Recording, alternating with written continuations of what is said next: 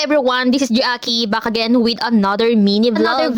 Another series na naman tayo nito. Hala, today nga, wala nga akong pasok at si Aki nga lang ang may pasok. Eri nga at gumising ako ng 7:30 dito para makapagluto ng aming almusal at bago nga siya pumasok makakain nga siya. Inamihan ko nga yun, sinain ko kagabi para nga kinabukasan akin talagang balak na isa nga. Tapos kagabi nga, may tira nga kaming maling kaya nga sabi ko kay Aki, ito na nga lang din yung almusal namin. Kaya naman ito na nga, ininit ko nga ulit yung maling. Dahil nga nagluluto nga ako at medyo maaga pa kaya naman binuksan ko yung pinto para sumingaw naman yung usok na galing sa loob. Dito nga mag-aalas 8 pa lang pero ang tindi na ng init ng araw. Salamat! Wala man akong gagawin ngayong maghapong ito kaya bala ko talaga na magpahinga. Dahil nga na nakarang araw nga ako nga ay nakapaglaban na at di na nga ako maglalaba ngayon. Sana nga lang ilaging ganito yung wala kang gagawin kapag rest day mo. Yung para bang hayahay ka lang. Hala hindi. Eri nga at naluto na nga at medyo toasted na nga yung niluto nating maling kaya naman sinunod ko na nga itong kanin. Hindi nga konting init nga lang ginawa ko dito dahil nga nagtitipid nga kami sa gas. Dahil kahit nga LPG nga ay nagtaas na nga din. Sahod nga talaga yung hindi tumataas. Hala hindi. Nga at konting init lang naman ang ginawa ko sa sinangag kaya naman ito nga naghain na nga din ako. Dahil nga yung pasok nga dyan ni Aki ay 30. Di nga tawag nga ako ng tawag kay Aki para nga kumain na nga. Muna ako sasabay dahil nga medyo inaantok pa dahil ako. Dahil 1:30 na nga ako natulog kagabi. Ganun naman talaga ako kapag alam kong rest day ako kinabukasan. Pero dahil gutom na nga din ako kaya naman napasabay na nga ako sa kanya. Dahil tagal ko na nga gusto magsinangag. Pagkatapos nga namin kumain ako nga muna ay nagpahinga. Dahil sabi ko nga sa inyo wala nga akong gagawin ngayong maghapon. Siguro mamaya na lang paggising ko magagawa nga ako ng kitchen. Nga habang nagpapahinga nga ako nga muna ay nag-i-scroll. Habang si Aki nga dyan ay nag-aayos ng pagpasok. Maya nga lang din ay nakaalis na nga dyan si Aki kaya naman sinarado ko na yung pinto at natulog nga ako. Mahigit 3 oras nga akong nakatulog. Maya nga ay may tumatawag nga sa cellphone ko at may kumakatok na din sa pinto. Alam niyo na kapag ganito meron na naman tayong busita. Hala hindi. Ano na naman kayang i-share ng buhay nito sa akin? Di na yan siya nagpaawat na kahit rest day ako ginugulo pa din ako. Hala hindi. Ilang buhay na naman ang sisirain namin nito. Hala hindi. Dito nga dahil 1 pa ang pasok niya kaya naman sabi niya sa akin naligo na nga daw siya. Kung sakali magtagal yung usapan namin hindi nga daw siya mali. Ang galing mo talaga. Dahil wala nga ako ipapakain sa iyo kaya naman ayan nga pinagtimpla ko na lang siya ng kape. Dito nga isinabayan ko na nga din siya magkape para nga may kasabay siya. Mga alas 12 na ng tanghali yan pero heto kami nagkakape. Sino ka dyan? Hala hindi. Yan nga, nagre-reklamo na nga siya sa akin dahil daw yung akin tinitimplang kape lagi sa kanya ay napakainit. Pero sabi nga niya sa akin, bago nga daw siya magpunta sa akin dito, ay kumain na nga daw siya ng kanin. Hindi na nga kami pumesto sa may tapat ng binto dahil nga dumating na nga si Aki. Dahil nga medyo mahiyain nga si Oli pagdating kay Aki. Mga 12:30 na nga na mga oras na yan, kaya naman yung kape ay minamadali niya ng maubos. Dahil nga siya nakaligo na, kaya naman pag uwi nga niya, ay magpapalit na nga lang siya ng uniform. Nakauwi na nga siya at si Aki nga ay nakapasok na nga din, kaya naman ito na naman ako, solo na naman sa bahay. Dahil sobrang init talaga ng panahon na kahit anong gawin ko talaga naman pagpapawisan. Kaya naman ito na nga at naligo na nga din ako. Grabe naman talaga yung panahon ngayon talaga naman nakakasunog na ng balat. Kahit hindi ka naman kumilos, talaga naman pagpapawisan ka. Kahapon nga habang naka-duty nga ako, talaga naman tindi ng sakit ng ulo ko. Yun nga, napunta nga sa pagsusuka. Siguro nga gawa na rin ng mata ko, tapos sabayan pa ng init ng panahon. Tapos init pa ng ulo ko sa'yo. Hala hindi. Na nga, hinanda ko na nga yung gagawin kong kitchen. Dahil sabi ko naman talaga sa inyo, hindi ako mapapakali pag walang ginagawa. Ganito naman ata kapag maganda. Hala hindi, chismosa ka. Medyo may ilan-ilan na nga akong natapos yung nakaraang araw. Dahil inuuti-uti ko nga tong gawin. Ito lang muna, baka naman pwedeng maka-request ulit sa inyo. Baka pwede naman na ma-comment nyo kung tiga saan kayo at saan nga nakaabot itong aming video. Dahil ngayon pa nga lang kami nga nagpapasalamat na sa inyo sa mga sumusuporta sa amin. Ano ba yan? Hanggang dito na lang. See you next vlog. Bye!